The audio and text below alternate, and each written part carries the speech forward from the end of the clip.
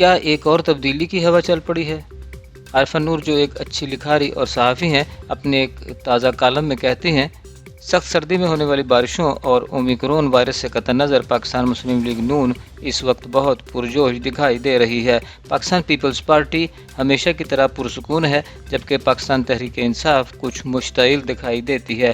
حکومتی عہدیداروں کے بیانات اور بوکھلاہٹ ایک طرف، لیکن ایسا لگ رہا ہے جیسے پارٹی اپنے مستقبل کے حوالے سے خطرات کا شکار ہے، اور اتوار کو ہونے والی وزیر اعظم عمران خان کی تقریر ان تمام افراد کو خاموش کرنے کے لیے کافی تھی جو کسی گڑبڑ کی افواہوں کی وجہ سے شبہات کا شکار تھے۔ پاکستانی شہریوں کے ساتھ بات چیت میں وزیر اعظم کا کہنا تھا کہ اگر انہیں اقتدار سے بے دخل کیا گیا تو وہ حزب اختلاف میں مزید خطرناک ثابت ہوں گے۔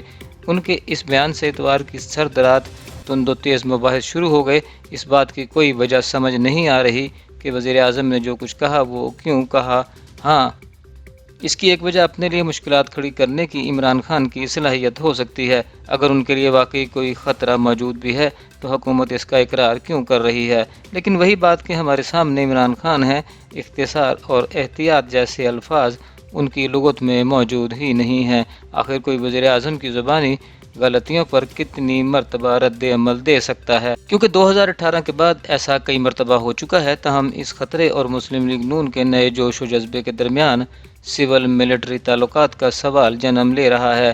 جن لوگوں کو ان افواہوں کے بارے میں نہیں پتہ، ان کی اطلاع کے لیے عرض ہے کہ یہ کہا جا رہا ہے کہ پاکستان پیپلز پارٹی اور مسلم لیگ نون تحریک عدم اعتماد کے ذریعے عمران خان کو نکال باہر کریں گی، بشرطے کہ اس بات پر اتفاق ہو انتخابات کب کروائے جائیں گے۔ یہ بھی کہا جا رہا ہے کہ اس عدم اعتماد کو مقتدر حلقوں کی حمایت حاصل ہوگی۔ اگر ایسا ہوتا بھی ہے تو یہ ایک طرح سے سول ملٹری تعلقات میں پیش رفت ہی ہوگی، کیونکہ اس طرح ملٹری ان افراد سے بات چیت کرنے پر مجبور ہوگی جنہیں اس نے سیاسی میدان سے باہر رکھنے کی کوشش کی تھی۔ ماضی میں جب بھی اس طرح تبدیلی آتی ہے تو اس سے قبل کم از کم کسی ایک جانب چہرے تبدیل ہونے کے ساتھ ساتھ دل بھی بدل جاتے ہیں۔ بے نظیر بھٹو جنرل ضیاء کے جانے کے بعد اقتدار میں آئیں اور میاں نواز شریف اس وقت ملک واپس آئے جب جنرل مشرف کی جگہ general Ashfaq Parvez Kayani army chief بنے۔ تاہم اس وقت تو تمام کردار وہی ہیں اور یہ بھی آگے کی جانب ایک قدم ہے، لیکن پھر بھی تبدیلی کس چیز میں آئی ہے؟ کچھ لوگ کہیں گے تجربہ بہت زیادہ ناکام رہا اور بحران اس قدر شدید ہے کہ اب واپسی کے علاوہ کوئی راستہ نہیں بچا۔ لیکن بڑے پیمانے پر ہونے والی اس تبدیلی کا کیا نتیجہ نکلے گا؟ اگر کوئی نیا سیٹ اپ وجود میں آ رہا ہے اور شاہراہ دستور پر موجود دفاتر میں نئے لوگ آنے والے ہیں تو یہ اسی وقت ممکن ہوگا جب فوجی بالادستی کو تسلیم کیا جائے گا، جیسے کہ 2007 میں کیا گیا تھا، اور اس کا ادراک ہمیں بعد میں ہوا تھا۔ 2007 کی طرح اس مرتبہ ہونے والی تبدیلی سے بھی پیغام جائے گا کہ پنڈی میں کسی طرح کے مذاکرات اور بات چیت کے نتیجے میں ہی اقتدار حاصل کیا جا سکتا ہے۔ جب بھی تبدیلی کسی مفاہمت کے نتیجے میں آتی ہے تو پھر کم ہی ایسا ہوتا ہے کہ فوج سیاست سے مکمل طور پر علیحدہ ہو جائے۔ یہ ایک ایسی چیز ہے جس سے مسلم لیگ نون کو نمٹنا پڑے گا۔ یہ کہنا بہت آسان ہے کہ جماعت کوئی مداخلت نہیں چاہتی اور آئین کا مکمل نفاذ چاہتی ہے، لیکن اس پر عمل درآمد کرنا بہت مشکل ہے۔ ضمانتوں کی بات کرنا اور انہیں یقینی بنانا دو مختلف چیزیں ہیں۔ یہ بات ہم جیسے تبصرہ نگاروں سے بہتر وہ لوگ جانتے ہیں جو لوگ خود سیاست کرتے ہیں۔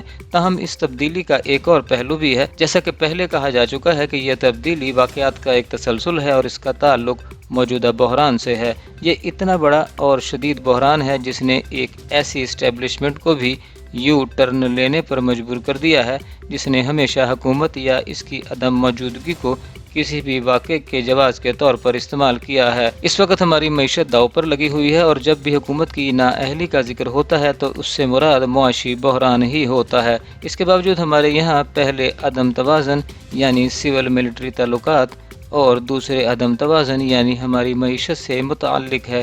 اس بارے میں کوئی بات نہیں ہوتی۔ اگر ہماری موجودہ بحث کو سنا جائے اور اس پر یقین کیا جائے تو معلوم ہوتا ہے کہ یہ دونوں بالکل غیر متعلق چیزیں ہیں۔ جس طرح پی ٹی آئی نے کبھی اپنے حامیوں کو باور کروایا تھا کہ ملک کی معاشی بدحالی روایتی مین سٹریم جماعتوں کی بدعنوانی کی وجہ سے ہے۔ اسی طرح ان روایتی جماعتوں نے ابھی یہ خیال پھیلایا ہے پی ٹی آئی کی نااہلی ہی خوشحالی اور پاکستانیوں کے درمیان دیوار بنی کھڑی ہے۔ تاہم جیسے کہ اب پی ٹی آئی کو معلوم ہو گیا ہے اور مسلم لیگ نون کو معلوم ہو جانا چاہیے کہ معاملہ اتنا آسان نہیں ہے، مسائل کہیں زیادہ گہرے اور پیچیدہ ہیں اور ان کے حل طویل مدتی ہیں۔ یہ ایک ایسی بحث ہے جسے ابھی عوامی سطح پر نہیں کیا جا رہا ہے۔ کچھ لوگوں کے علاوہ اکثریت اس معاملے کو کرپشن اور ووٹ کی عزت کی طرح دیکھتی ہے۔ یوں ان سخت سیاسی اور معاشی فیصلوں کی پیچیدگی پر پردہ پڑ جاتا ہے کہ جن کو ابھی لیا جانا ہے، اور ساتھ ہی اس بات کو بھی تسلیم نہیں کیا جاتا کہ ان مسائل کا کسی حد تک تعلق قومی سلامتی کی صورتحال سے بھی ہے۔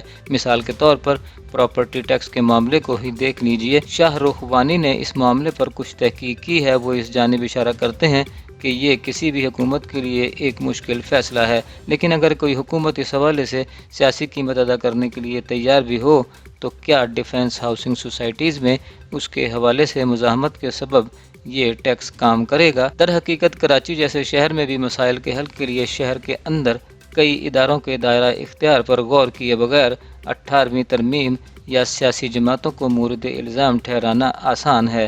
یہ دونوں پہلو یعنی طاقت کا توازن اور معاشی معاملات حکومت کے لیے پریشانی کا سبب بنیں گے، یا پھر چاہے کسی بھی جماعت کی حکومت ہو اور چاہے مسلم لیگ نون کی حکومت ابھی آئے یا دیر سے، دوسرے لفظوں میں کہا جائے تو تبدیلی کی افواہیں شاید ہی کسی اچھے انجام کی امید ہوں۔ آرسن ویلس کی بات کے برعکس ہماری حکومتیں کبھی کہانی کا اچھا انجام نہیں کر سکتیں۔